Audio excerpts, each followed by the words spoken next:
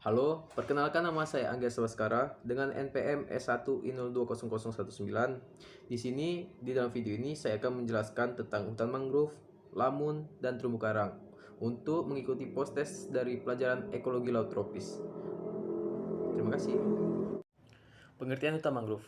Hutan mangrove adalah komunitas vegetasi pantai tropis dan merupakan komunitas yang hidup di dalam kawasan yang lembab dan berlumpur, serta dipengaruhi oleh surut air laut, pasang surut air laut. Mangrove disebut juga sebagai hutan pantai, hutan payau, atau hutan bakau. Pengertian mangrove sebagai hutan pantai adalah pohon-pohon yang tumbuh di daerah pantai atau pesisir, baik daerah yang dipengaruhi pasang surut air laut maupun wilayah daratan pantai yang dipengaruhi oleh ekosistem pesisir.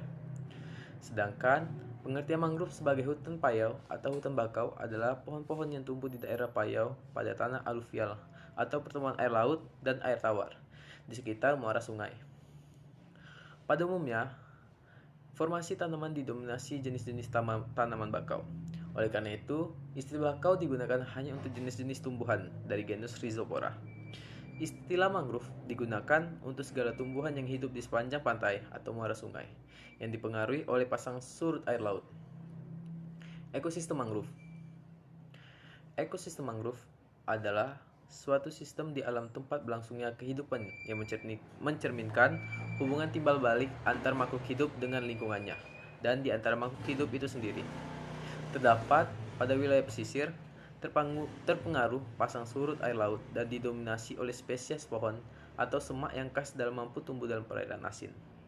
Hutan mangrove merupakan ekosistem yang lebih spesifik jika dibandingkan dengan ekosistem lainnya karena mempunyai vegetasi agak seragam.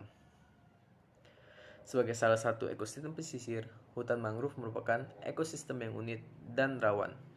Ekosistem ini mempunyai fungsi ekologis dan ekonomis. Fungsi ekologis hutan mangrove antara lain pelindung garis pantai, mencegah intrusi air laut, habitat tempat mencari makan, tempat asuhan, dan pembesaran, tempat pemijahan bagi aneka biota perairan, serta sebagai pengatur iklim mikro. Sedangkan fungsi ekonominya antara lain sebagai penghasil keperluan rumah tangga, penghasil keperluan industri, dan penghasil bibit.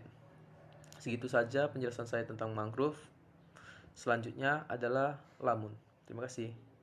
Selanjutnya pengertian dari lamun. Lamun adalah satu-satu kelompok tanaman berbunga atau magnolipita yang dapat tumbuh di daerah pesisir dan lingkungan laut dangkal, kecuali pantai, perairan kutub yang sulit ditumbuhi lamun karena banyak tertutup es.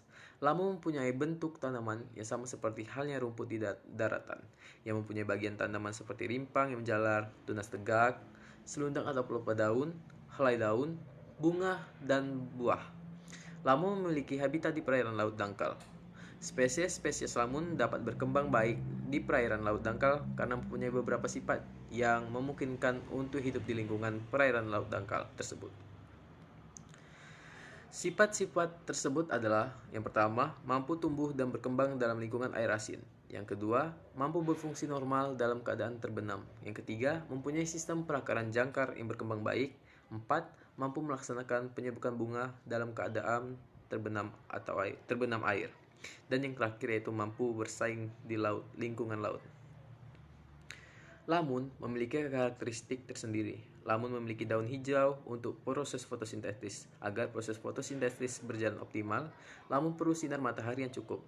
Karena itu, lamun dapat tumbuh baik di perairan dangkal yang berair jernih, sampai kedalaman sekitar 40 meter atau sampai batas cahaya matahari dapat masuk.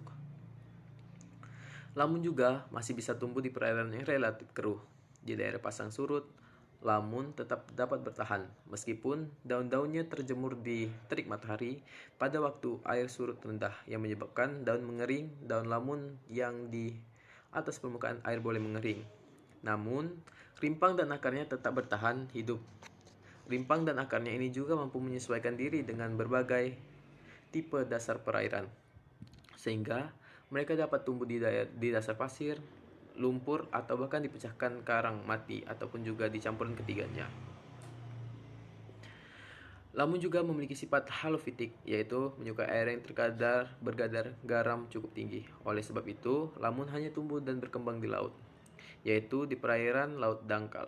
Itu pula sebabnya mengapa di muara-muara sungai besar jarang dijumpai padang lamun yang baik. Oke, segitu saja penjelasan saya dari mangrove. Selanjutnya ada penjelasan saya tentang terumbu karang. Selanjutnya saya akan menjelaskan dari terumbu karang. Terumbu karang adalah ekosistem di laut yang terbentuk oleh biota laut penghasil kapur. Khususnya jenis-jenis karang batu dan alga berkapur, bersama dengan biota lain yang hidup di dasar lautan. Terumbu karang merupakan ekosistem dinamis dengan kekayaan biodiversitasnya serta produktivitas tinggi.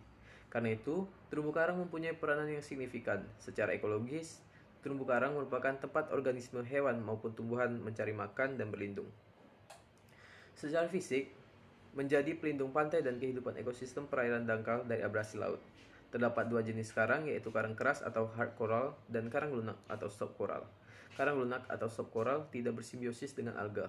Bentuknya seperti tanaman. Karang keras atau hard coral merupakan endapan masif kalsium karbonat CaCO3 yang dihasilkan dari organisme karang pembentuk terumbu karang dari filum Corydaria, ordo Sceleratinia yang hidup bersimbiosis dengan Zooxanthellae dan sedikit tambahan alga berkapur serta organisme lain yang mensekresikan kalsium karbonat.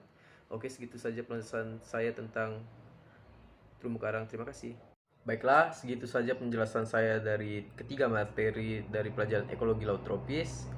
Jika saya ada salah kata, saya minta maaf. Saya akhiri. Terima kasih.